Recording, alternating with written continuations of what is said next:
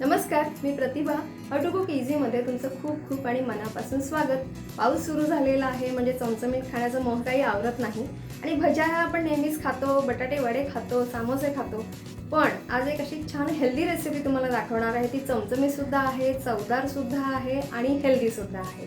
तर ती कशी बनवायची ते आपण पाहूयाच. पण तुम्ही चॅनलला सबस्क्राईब केलं का तर नक्की करा. बेल आयकॉन प्रेस करा, लाईक करा, शेअर करा आणि कमेंटसुद्धा करा. तर आजची रेसिपी आहे चना कटलेट. पौष्टिक अशी ही रेसिपी आहे, फार अप्रतिम लागते चवीला. ती कशी बनवायची हे पूर्ण व्हिडिओ व्यवस्थित पहा, म्हणजे सगळे टिप्स मी दिलेले आहेत त्या तुमच्या मिस होणार नाही.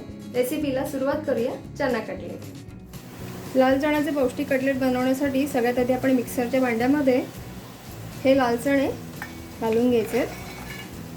आता हे लाल चणे जे आहेत ते हे बघा, मी रात्रभर भिजत घातले होते आणि कुकरमध्ये असे छान 2 शिट्ट्या घालून शिजवून घेतलेले आहेत. आणि हे शिजवताना थोडंसं मीठ घालायचं याच्यामध्ये. त्यानंतर अर्धा कांदा, 2 ते 3 लसणाच्या पाकळ्या, पाव इंच आलं आणि 1 हिरवी मिरची. आता हे व्यवस्थित आपण मिक्सरला वाटून घेऊया. भरड वाटायचं पण ते मिक्सरला हे बघा छान अशी भरड वाटून झालेली आहे. जाडसरच आपल्याला हे वाटायचं आहे. आणि ह्याच्यात महत्त्वाची टिप अशी, मी ह्याच्यात अजिबात पाणी घातलेलं नाही आहे. विदाऊट पाण्याने हे आपल्याला वाटून घ्यायचं आहे. आता आपण पुढच्या कृतीकडे वळूया. आता एका मोठ्या बाउलमध्ये आपण जे सगळे वाटून घेतलेले जिन्नस आहेत ते घालून घेऊया. त्यानंतर याच्यामध्ये 1 उकडलेला मॅश केलेला बटाटा, त्यानंतर किसलेलं पनीर, हे साधारण वजनी प्रमाणात 25 ग्रॅम पनीर आहे. त्यानंतर अर्धा किसलेलं बीट, मूठभर बारीक चिरलेली कोथिंबीर, 2 ते 3 चमचे भाजलेलं बेसन घ्यायचं आहे. भाजलेलं बेसन ह्या करण्यासाठी कारण ह्याला छान असा खमंगपणा येतो कटलेटला. सो हे भाजलेलं बेसन आहे 2 ते 3 चमचे.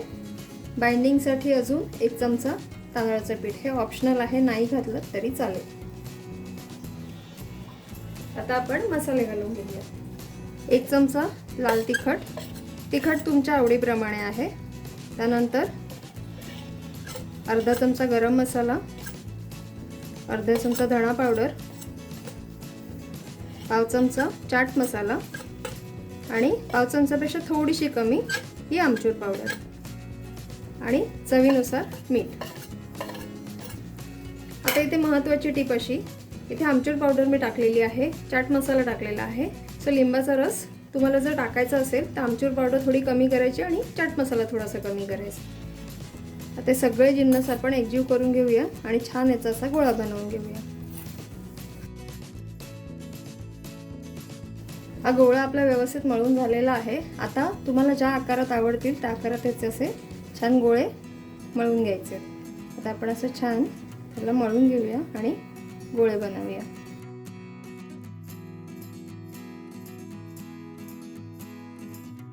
हे बघा, ही मीडियम आकाराचे असे गोळे आणि एवढ्या जाडीचे, फार पातळही करायचं नाही आणि फार जाडही करायचं नाही.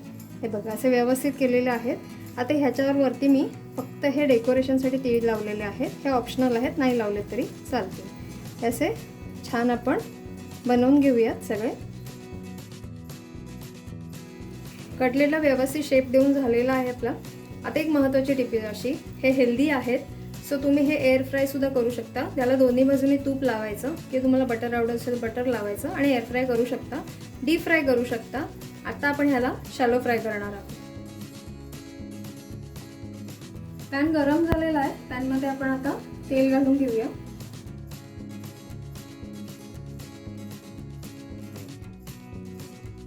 आता तेल व्यवस्थित गरम झालं की आपण याच्यामध्ये कटलेट सोडून घेऊया.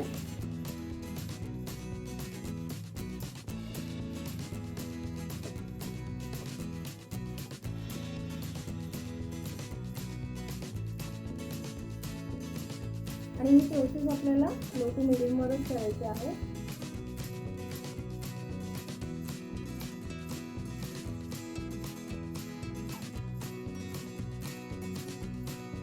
कटलेट एका बाजूने खरपूस झाले की मगच उलटवायचे आहेत. आता कटलेट आपले फुटू शकतात. आता हे व्यवस्थित आपण 2 ते 3 मिनिटं आपण ह्याला व्यवस्थित एका बाजूने फ्राय होऊन देऊया. नंतर आपण हे उलटवून घेऊया.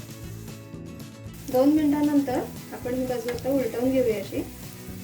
हे बघा, एक बाजू किती छान अशी खरपूस झालेली आहे.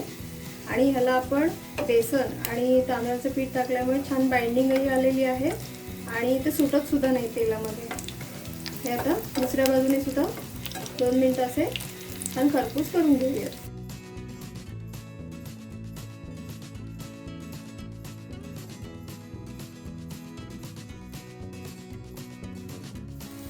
दोन्ही बाजूने व्यवस्थित खरपूस असे आपले कटलेट तयार झालेले आहेत. आता आपण हे काढून घेऊया. तुम्ही रंग पाहू शकता किती छान आलेला आहे आणि चवीला सुद्धा तितकेच छान लागतात. हे तुम्ही चटणी बरोबर सॉस बरोबर हे खाऊ शकता.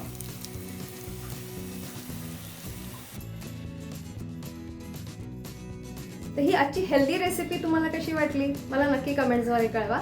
आणि अशा छान छान रेसिपीचा अनुभव घेण्यासाठी, त्यात करून पाहण्यासाठी माझ्या चॅनलला नक्की तुम्ही सबस्क्राईब करा, बेल आयकॉन प्रेस करा, म्हणजे अशा छान छान रेसिपी तुम्हाला पाहता येतील. आपण पुन्हा भेटूया अशाच एका छान आणि मस्त स्वस्त रेसिपीसह. तोवर स्वस्त राहा, काळजी घ्या.